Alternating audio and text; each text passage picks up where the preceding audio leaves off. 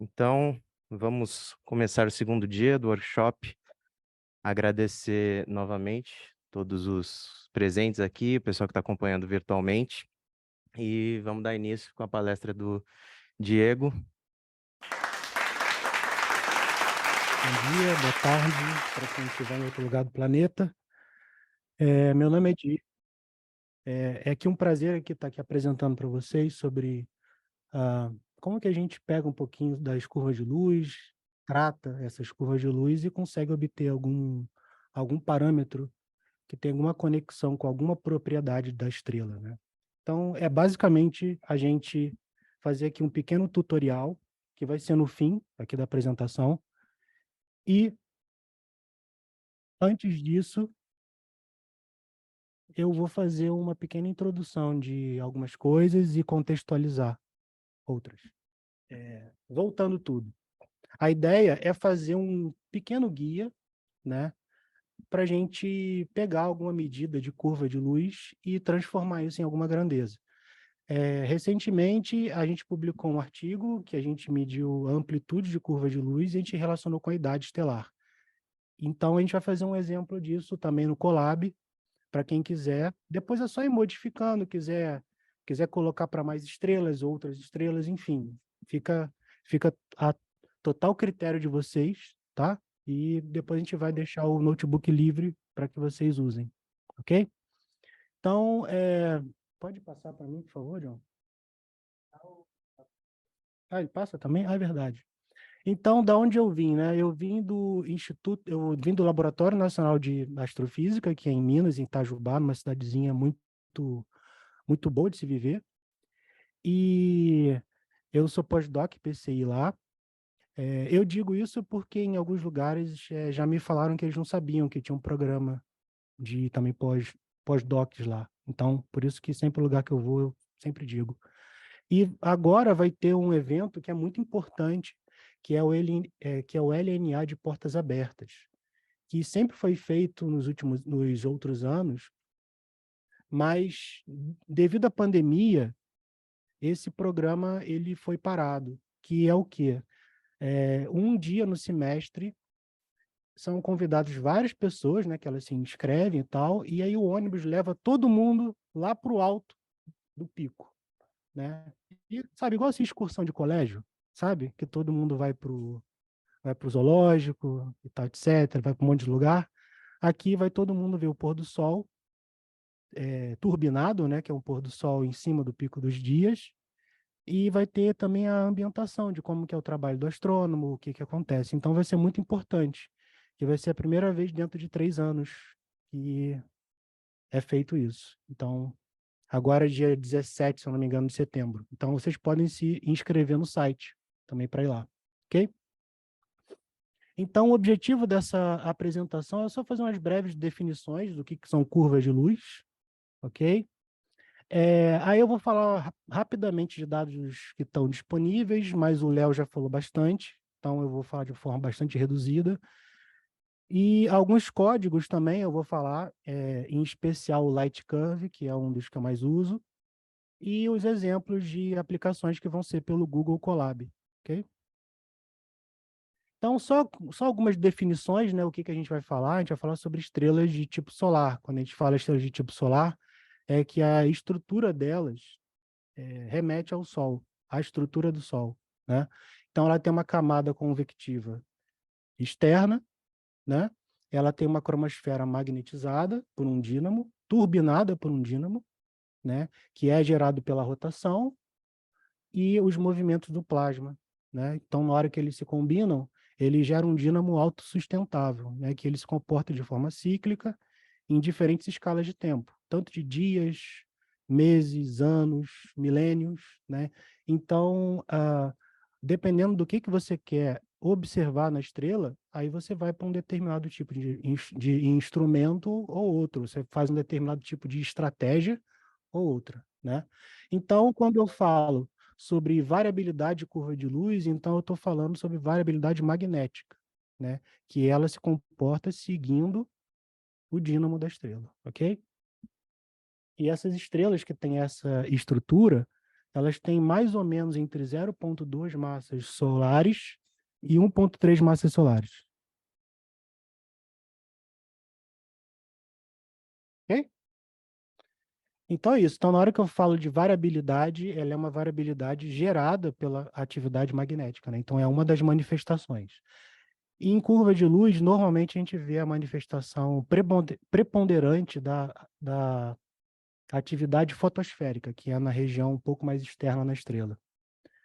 Então, é mais ou menos disso que eu estou falando, ok? Então, são manifestações fotosféricas da atividade estelar, que é sustentada por um dínamo que depende da rotação da estrela e também depende dos movimentos convectivos. Ok?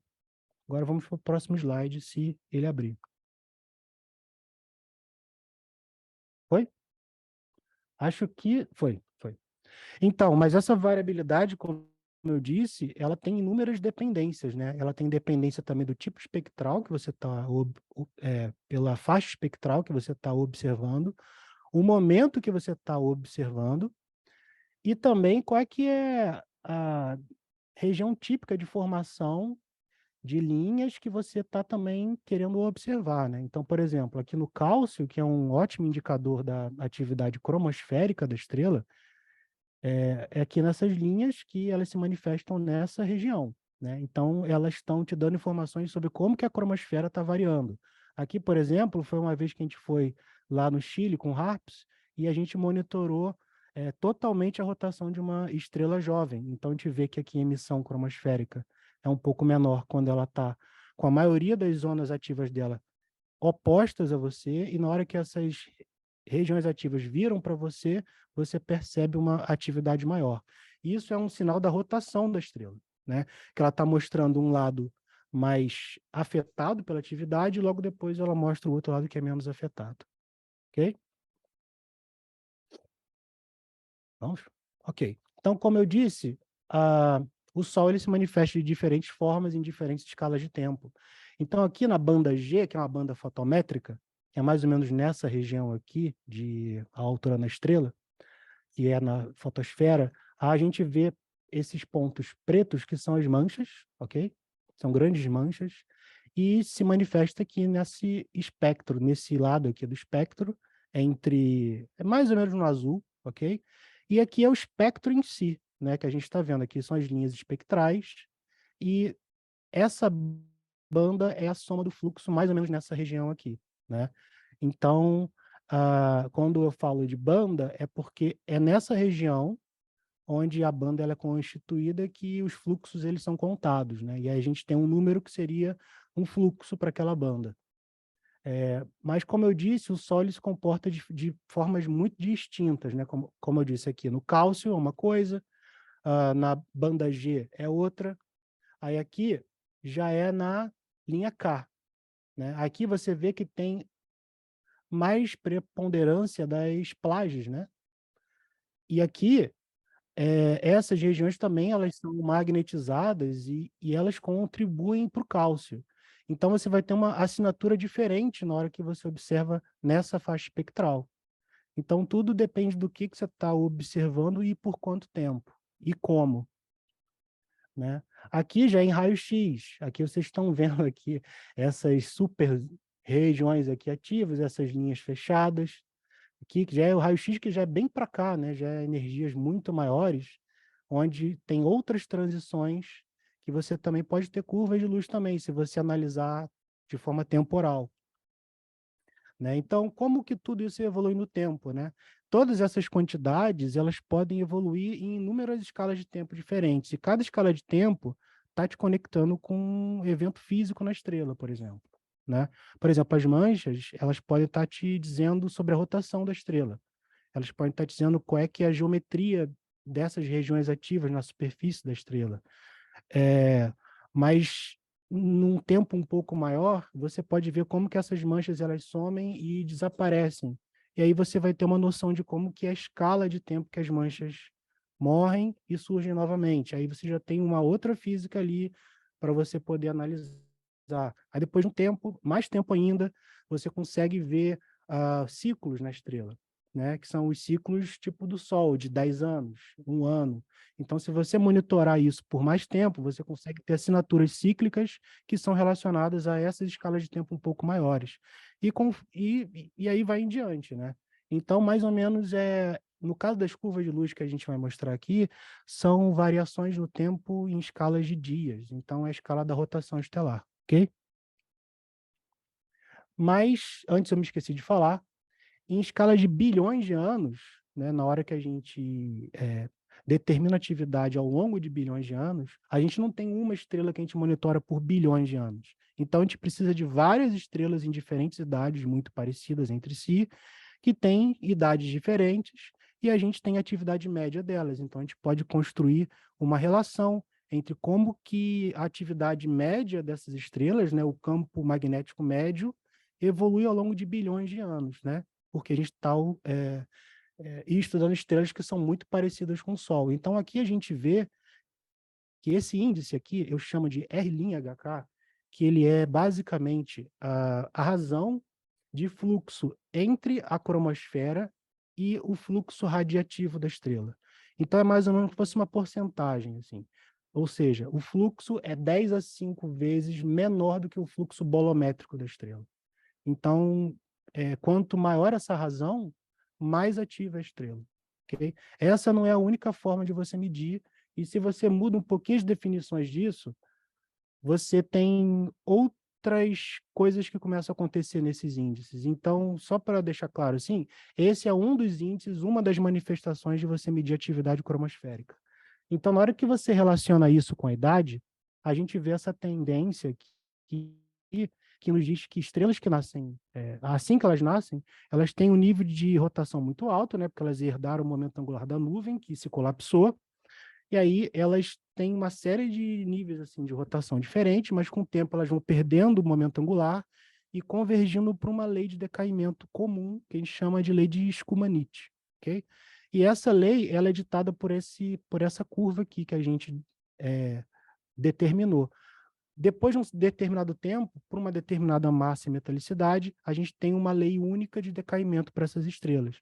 E a gente comprovou isso aqui nesse artigo, que esse é a famigerado gráfico da banana, né? Porque eu coloquei em amarelo, então por isso que tem aquelas pontinhas pretas da banana, né? Então por isso que esse é o nome, gráfico da banana. E isso aqui, como que a atividade cai, ela se decai também com a rotação, né? Porque são duas coisas que uma é a manifestação da outra. Então, como eu disse, rotação rápida quando a estrela é jovem, e aí ela vai perdendo o momento angular, e aí ela vai frenando e vai ficando menos ativa, ok? Então, até que chega um determinado momento, ela começa a perder momento angular de forma mais lenta, como está aqui, até ela começar a expandir aqui o raio dela e começar a ir para fora da sequência principal, ok? E fotometricamente a gente vê essa assinatura também de forma parecida, mas não pelas emissões das linhas espectrais, mas por diferenças de fluxo que a gente mede em diferentes épocas, ou seja, seriam as curvas de luz. Então, a gente monitora por um determinado tempo curto e a gente vai medindo esse fluxo com essa cadência de tempo. E aí a gente constrói a curva de luz com isso. Então, você vai ter uma assinatura de rotação, porque o fluxo está sendo medido nessa mesma escala de tempo, né? E como que a gente mede esse fluxo, né, para fotometria? A gente tem que medir dentro de uma banda que foi definida previamente pelo instrumento, né? Então, aqui está o espectro da estrela, que isso aqui é mais fundamental, né? A estrela está com esse espectro, mas você só observa com, por exemplo, no caso do Kepler, você observa só com esse filtro. Então, toda a contribuição para cá, ela não vai ser contabilizada, e só apenas aqui. E toda essa informação aqui, ela vai ser sintetizada em um número, né? Então, é como se fosse uma espectroscopia muito míope, né? Então, você vai tornando a espectroscopia cada vez mais míope até que toda essa informação ela é colapsada em um número, que seria o fluxo que você mediu na fotometria. Então, no tempo, a gente faz isso inúmeras vezes, e aí a gente vai construindo esse mesmo número míope, né, no tempo, ok? E para a gente saber o quanto que esse número míope no tempo significa para a estrela, a gente tem que conectar com modelos teóricos, né? Que dizem para a gente que uma determinada característica da estrela vai emitir um fluxo nessa intensidade. A gente tem que escalonar, porque a gente só tem medidas relativas na hora que a gente observa, né? Que são medidas instrumentais. Então, a gente tem que conectar isso com o modelo teórico para a gente poder contextualizar para mais estrelas, porque cada uma tem uma temperatura diferente, cada uma tem uma composição química diferente, então tudo isso muda. Então a gente precisa do modelo teórico para colocar todas na mesma escala. E como que a gente faz isso? A gente faz a mesma coisa que seria para observação real. A gente pega um espectro teórico, constrói a banda nos mesmos moldes e integra o fluxo. Então a gente vai ter uma representação desse fluxo para uma estrela não magnetizada.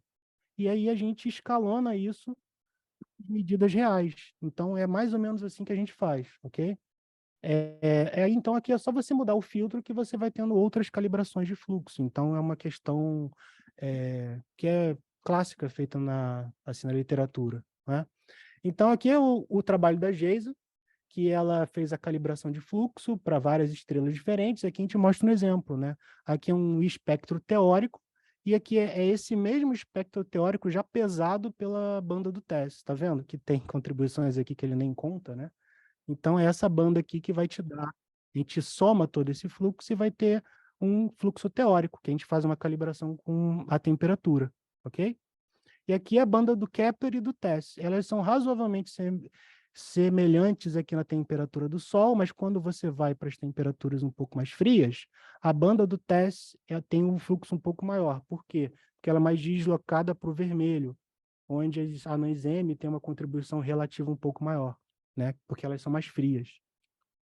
Então, como eu disse, né, eu falei da missão Kepler, a missão TESS, e também vai vir a missão Plato, que vai ser crucial para astrofísica estelar, porque ela vai vir com todas as lições aprendidas do Kepler e do TESS e do Corot também. O Corot também foi uma outra missão que foi muito importante, que todas essas lições a gente vai poder aplicar para o Plato, né? E o Plato, ele vai monitorar o céu próximo da gente, né?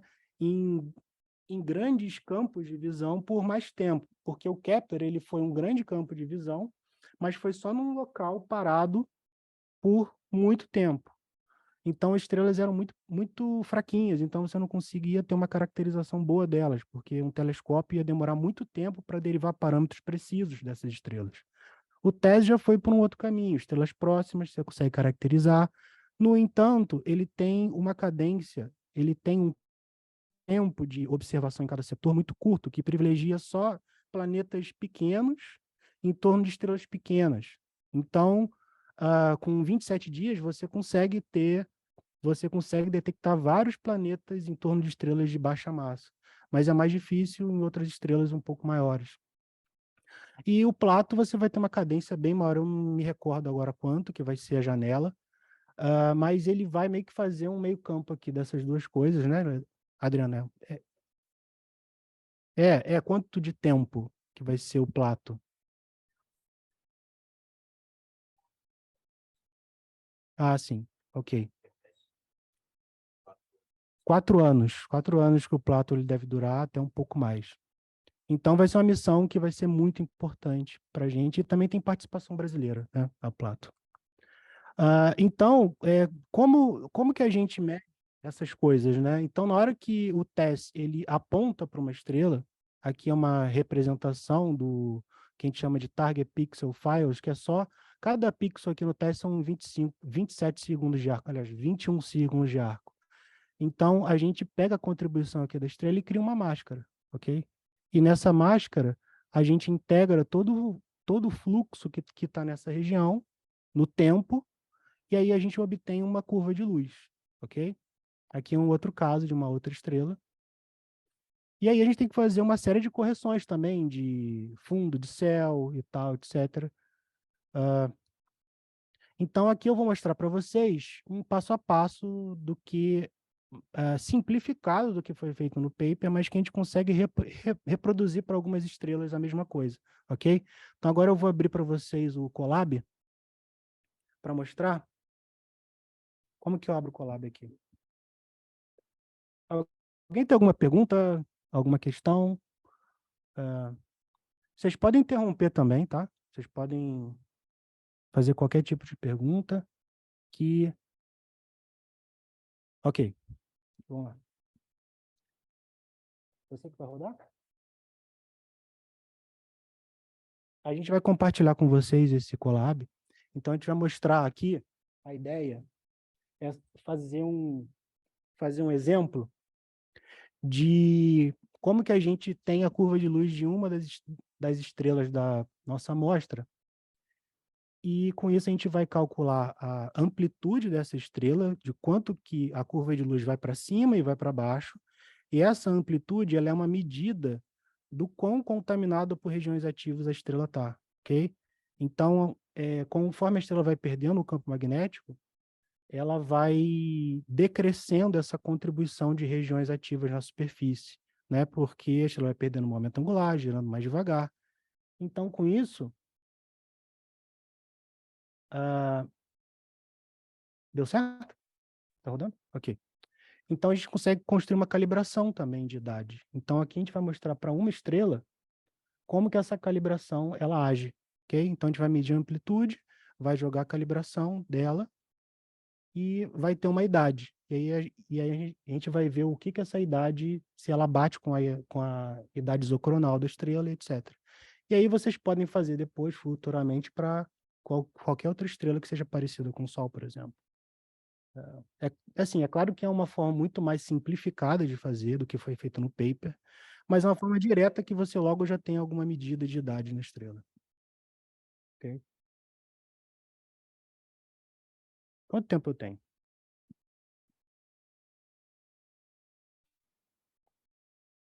Não, tem muito tempo. Então a gente pode testar vários casos aí.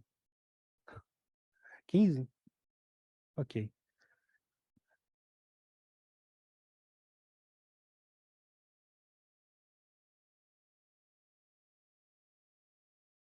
Acho que já instalou, cara. Pode ir. Ah, tá. Então aqui a gente está instalando todas as dependências. Agora a gente vai estabelecer uma coordenada para essa estrela, ok? Vocês têm uma estrela bem jovem. Essa é a coordenada, a ascensão reta e declinação. Agora a gente vai busca ela aqui no Light Curve. Aí ela vai te mostrar em quais setores a curva de luz está. Então, o TESS ele divide o céu, se eu não me engano, em 20 e poucos setores. Aliás, em 12 setores no sul e 12 no norte, uma coisa assim. Então, ele vai, a cada 27 dias, ele observa cada setor. Então, ele vai indo para o sul, depois ele volta para o norte. Então, cada número aqui é um dos setores. Então, põe o setor 34, por favor, ali, ó. Tá ali 34, né? Então, só roda.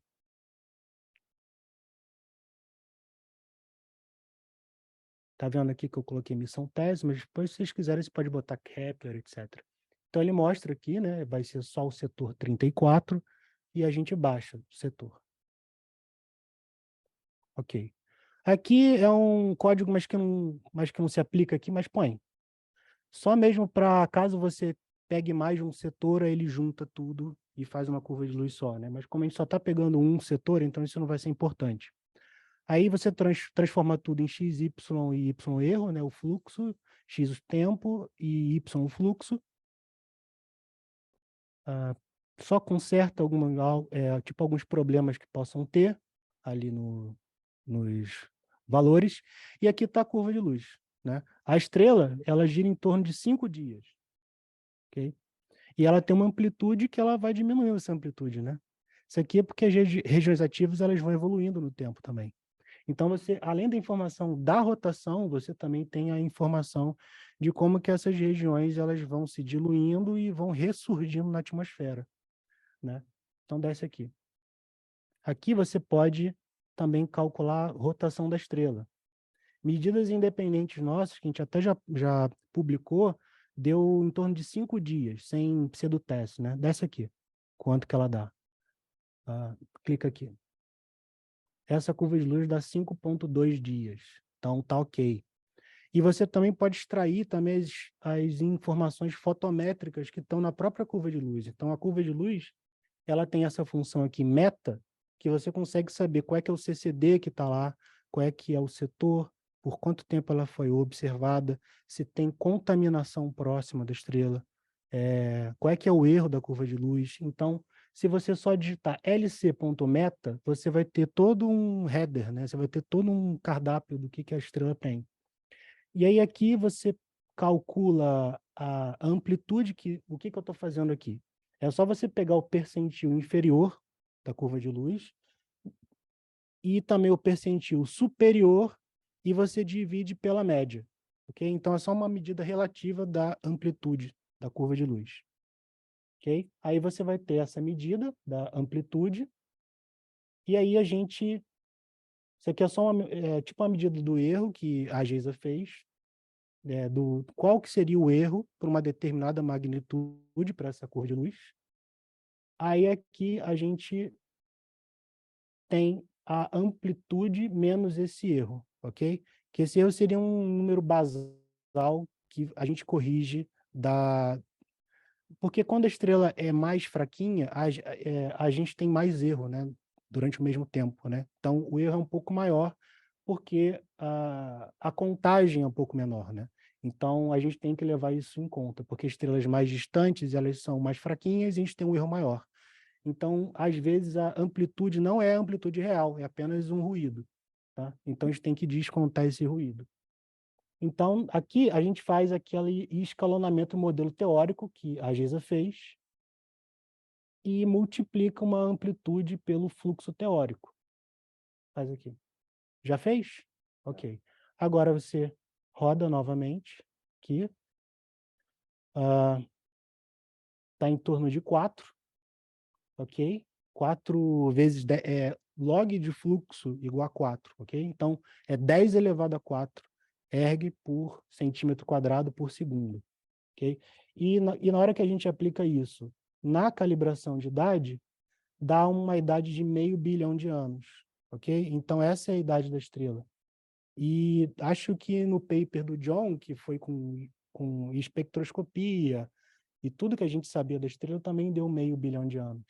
Então, para essas estrelas jovens, essas amplitudes elas funcionam bem. Ok? Então, é uma coisa ok. E também na hora que a gente adiciona o erro também não faz diferença nenhuma, tá? Para essas estrelas que são muito claramente ativas, o erro da fotometria é muito pouco relevante, ok? O negócio começa a ficar complicado quando vai para estrelas que quase não tem nenhum sinal, né? A gente pode pegar uma estrela intermediária. A gente tem quanto tempo? 10 minutos? Contando pergunta? 5 minutinhos? Tá, então só mais uma. Sobe ali para mim, por favor. Coloca aqui de cabeça, põe a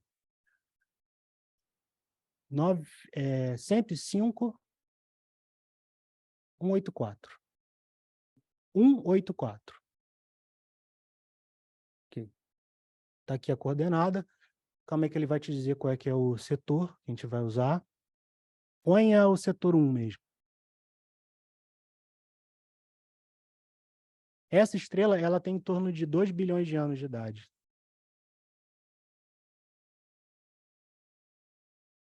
Não, ela tem em torno de 1 bilhão de anos. Ela é um pouco mais...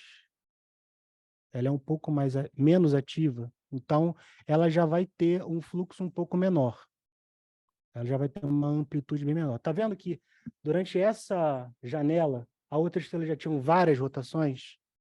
Essa aqui, ela é um pouco mais velha e já tem uma rotação, duas, né, na verdade. Então, é exatamente metade ali da janela do TESS, vai. Então, vamos para a próxima. Aí ele vai calcular o período, que é em torno de 15 dias.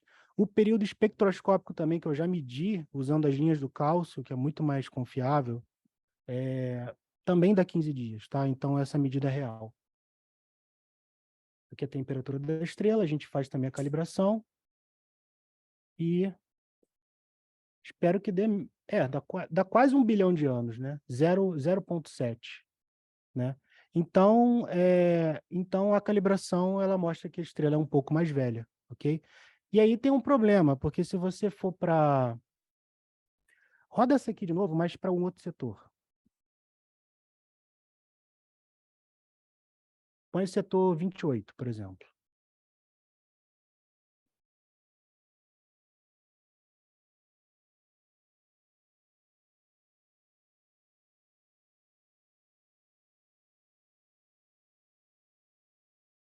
Não, ficou setor 2, 28. Não, tá o setor 2, João. Ali, ó, 28. Você tem que pôr 28 ali. Beleza.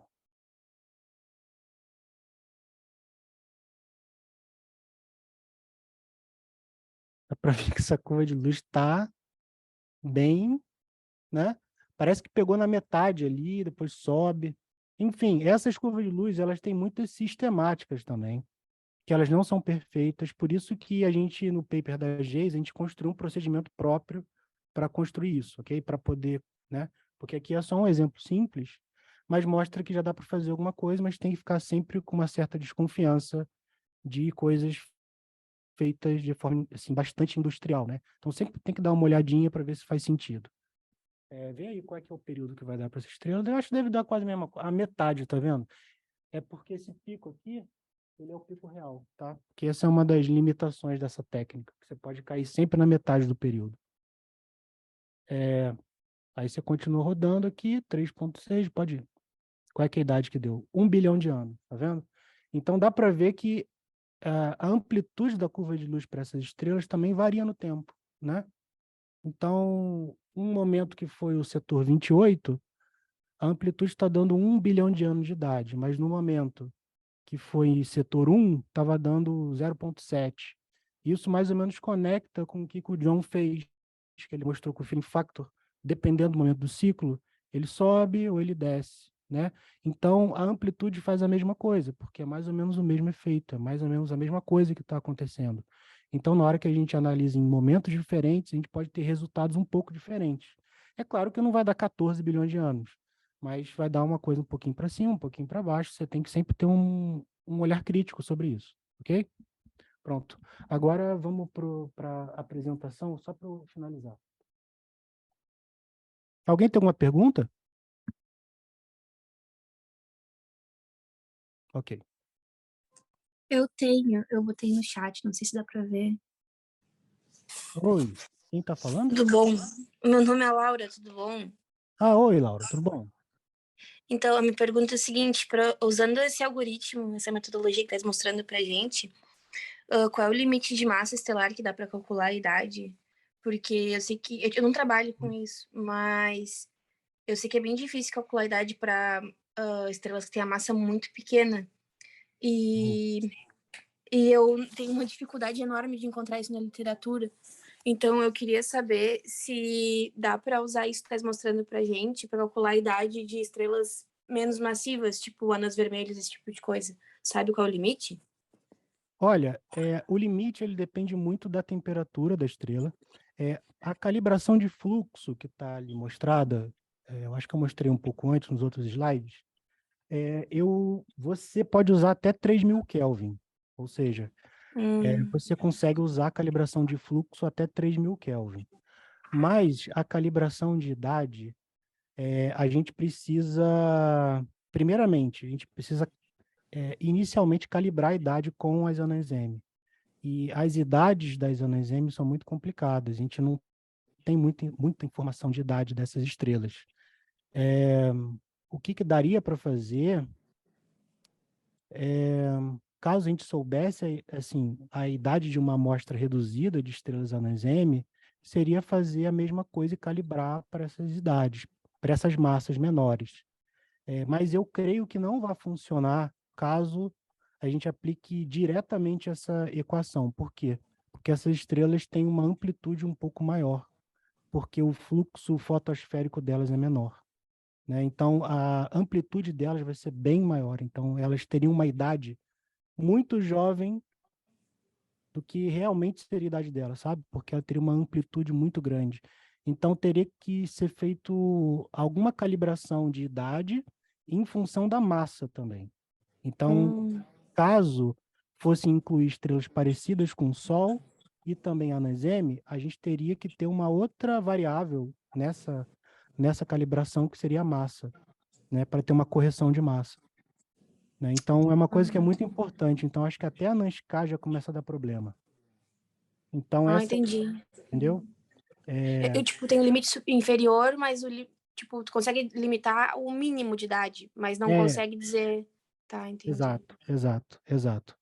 E o erro fica Exatamente. muito grande também associado? Fica, porque, olha, essas estrelas, olha, elas giram muito devagar algumas, né? Se você pegar estrelas mais velhas de campo, a NAM, elas já estão na faixa de quase 100 dias de rotação, né? E cada setor do teste são 27 dias. Não chega a pegar, né? Então, para você pegar uma rotação completa, você teria que ter vários setores consecutivos. Isso é bem complicado no teste.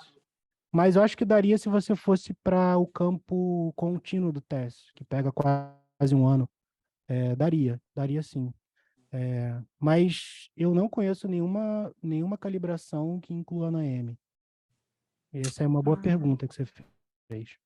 E tu acha que... Porque, tipo, eu vi que saiu os dados da TESS e tem muito mais anã vermelha que tem no Kepler, por exemplo, né?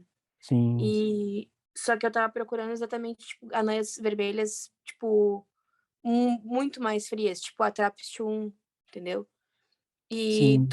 não sei se tu trabalha com os dados da TESS, assim, de pedir, de trabalhar direto com os releases que saem novo, mas tu acha que eles vão fazer, tipo, mais observações para esse tipo de estrela ou vai ficar nessas mesmo? Não, eu acho que o TESS ele vai continuar pegando os hemisférios alternados sempre, acho que por mais alguns anos. Vai demorar ainda, então. Sim. Tá bom, muito obrigado, viu, pela resposta. Desculpa. Não, que isso, valeu, Exato o que obrigado. estavam fazendo. Então, acho que a gente está com o tempo um pouco curto. Não, acabei. Não, eu poderia acabar agora. Não, porque eu só ia falar um pouco mais ali, mas eu posso acabar agora. Não tem problema nenhum.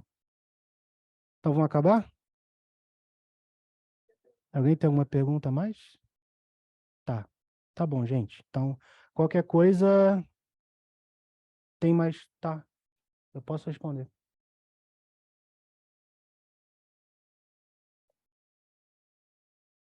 Oi, Diego, boa Oi, tarde, tá me ouvindo? agora eu tô ouvindo, sim, oi.